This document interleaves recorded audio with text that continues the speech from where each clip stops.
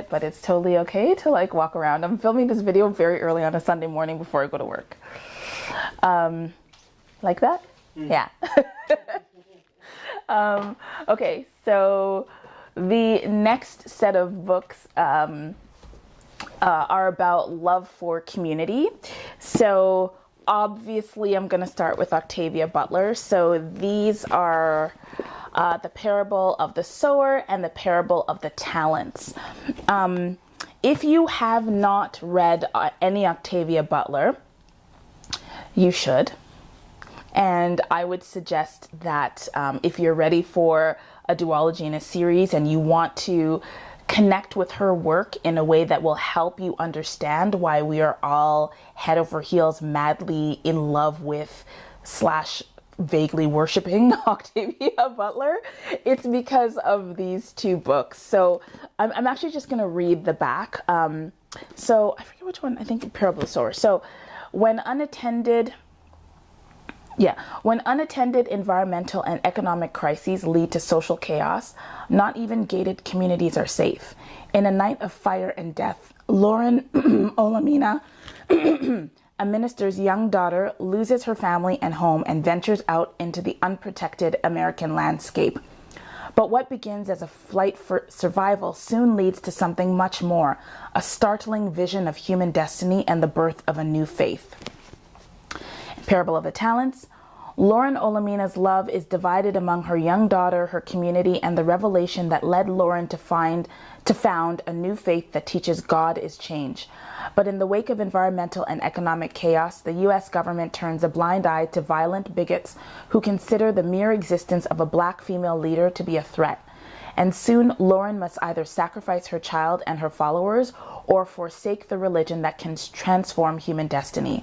So there is so much love, lit love in this. There's love for a mother and a daughter. There's love for community. There's love of a black female leader for people who have decided to follow her way of being.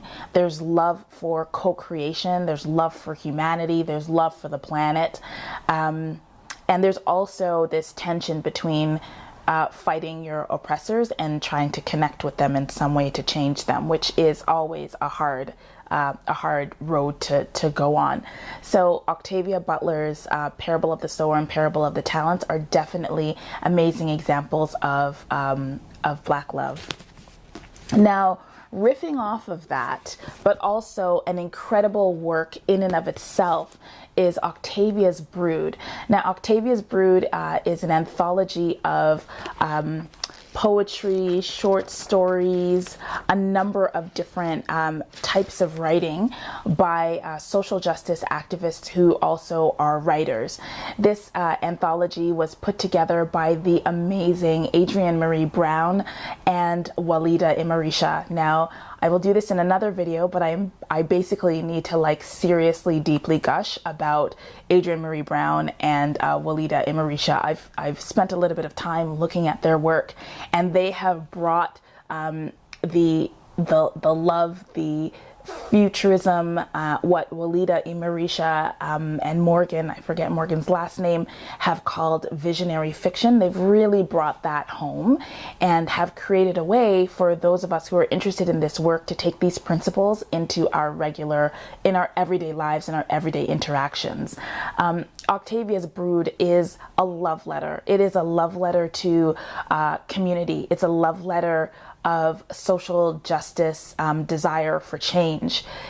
It's a love letter for self, and it's amazing. It really is amazing. And one of the stories that I particularly love about it is called Evidence. And Evidence was written by Alexis Pauline Gumbs. And that in and of itself is a love letter from an activist of the future, sort of forgiving and honoring the work of an activist in the past. And so there's time travel, there's shape-shifting, there's all of the amazing fantastical science fiction things that you want to find in an anthology, but there's also a hope that we will find ways to deal with the difficult political issues that divide us and that are causing us harm right now.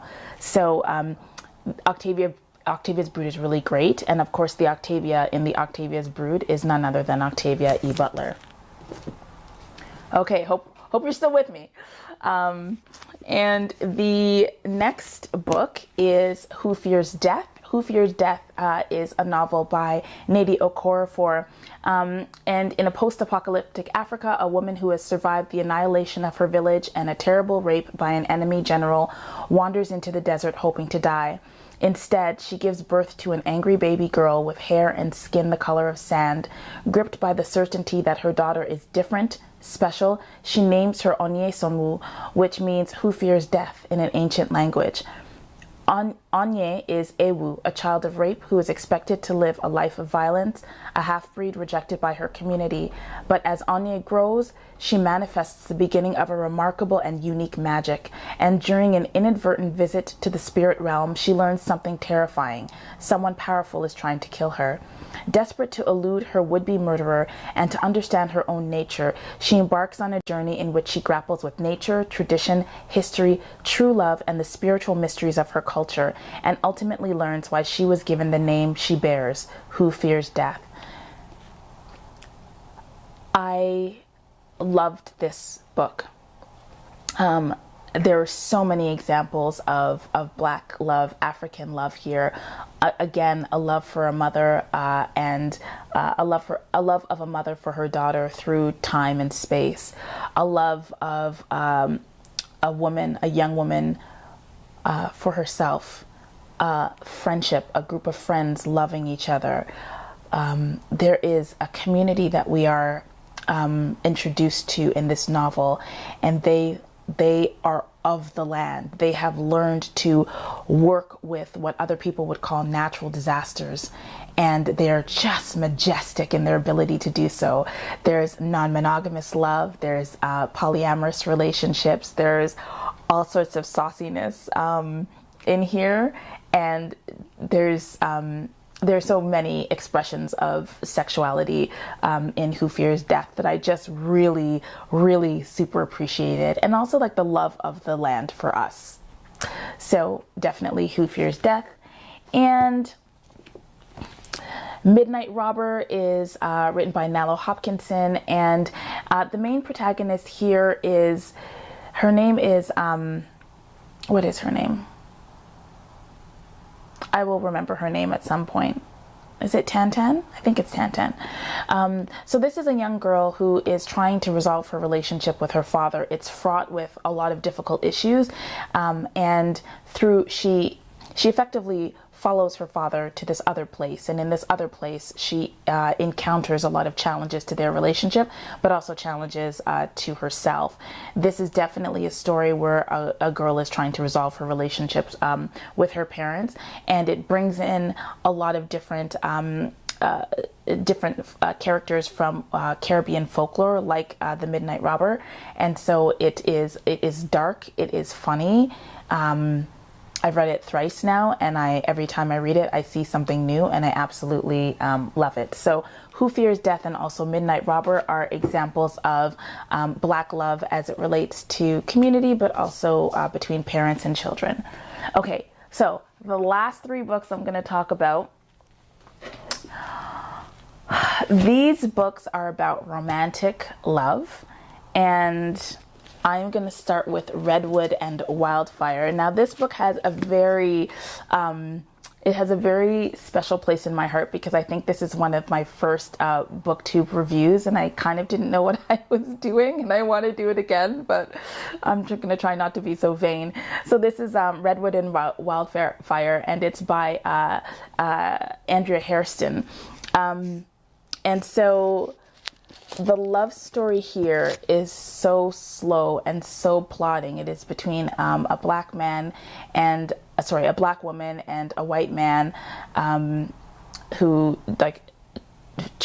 follow each other through the swamp and try to avoid violence. They encounter magic along the way.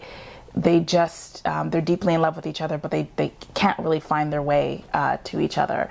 And I really love, as much as I don't like slow moving romances, I mean, I I'm married to somebody and our romance, I think, started like 13 years before the marriage, and so it was slow and plodding, and I feel like there's something beautiful about a slow burn, and the relationship, the love in Redwood and Wildfire between this man and this woman is definitely a very slow burn. There is a very vague appearance of gay male love, but really it didn't get enough attention, but it's also there in the book. Now I'm going to read the back of this. This is the Salt Roads, and I just need you to appreciate this cover. You know me and how I love my covers, right? Check it. Is it going to focus? Maybe I should put it in front of my face. There we go. So this is Nalo Hopkinson's The Salt Roads. Look at this very voluptuous woman. Absolutely love it. So I'm just going to read the back. I read this about 7 years ago. A landmark work by a brilliant young author, The Salt Roads transports readers across centuries and civilizations as it fearlessly explores the relationships women have with their lovers, their people, and the divine. Jean Duval, the ginger-colored entertainer, struggles with her lover, poet Charles Baudelaire. Mare, plantation slave and doctor, both hungers for and dreads liberation, and Thias, a dark-skinned beauty from Alexandria, is impelled to seek a glorious revelation as easily a being born of hope unites them all. Interweaving acts of brutality with passionate unions of spirit and flesh, this is a narrative that shocks, entertains, and dazzles from an award-winning writer who dares to redefine the art of storytelling. The Salt Roads, I remember when I first read this, there were moments where I was just shocked by what I was reading.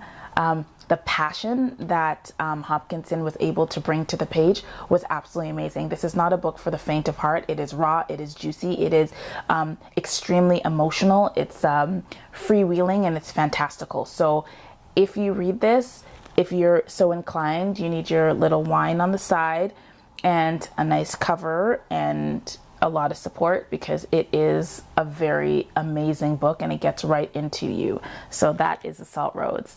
And then the last book before I end what is now, I think, like a 30-minute video. Oh my God. The last one that I'm going to be talking about is The Summer We Got Free, and this is a novel by Mia Mackenzie, and Mia Mackenzie is the brainchild, the author behind the blog, which is her brainchild, Black Girl Dangerous. I believe that this is her debut novel. And let me just talk about why I love this book. I love this book because there is an incredible love story between two women, and it is so intense. And I was reading it and I was just like biting the book, and at one point I may have thrown the book across the room. Actually, there was a point where I threw the book across the room because I was like, I know that feeling. It was amazing. So this is The Summer That We Got Free, and it tells the story of a young girl, and she's an artist, and her art is magical. And we find out how it's magical and why it emerges during this one summer of absolute chaos. But also there's a really interesting set of subplots here. One about religion and church communities and what they can do to help and hinder our positive relationships with each other. There's a subplot of family, how families deal with trauma over time. There's a story here about parents and children, and also just surviving as Black peoples in lower middle class communities in the U.S. So I would definitely recommend this book as an example of Black love. Okay, so I'm probably going to split this video into 2 or maybe even 3, because as I can see, I believe it's about half an hour long. But I do hope that you consider reading some of these books. As I said at the beginning, the reason why I wanted to film this video is because I really enjoy what Didi is doing as a part of Read So Lit. and it's going to be uploaded on Valentine's Day. For those of you who observe Valentine's Day, we tend to focus on the love that we have for a romantic partner. But I think that there are a number of different expressions of love, and there are a number of different expressions of love between Black peoples and between Black peoples and other peoples and the world and the earth and our ancestors and so on. So I hope that you've enjoyed this compilation of videos. Dee Dee, thank you very much for the invitation to participate in Read So Lit. I'm looking forward to reading Tar Baby with everyone, and I will see you in my next video. Thanks for watching. Bye.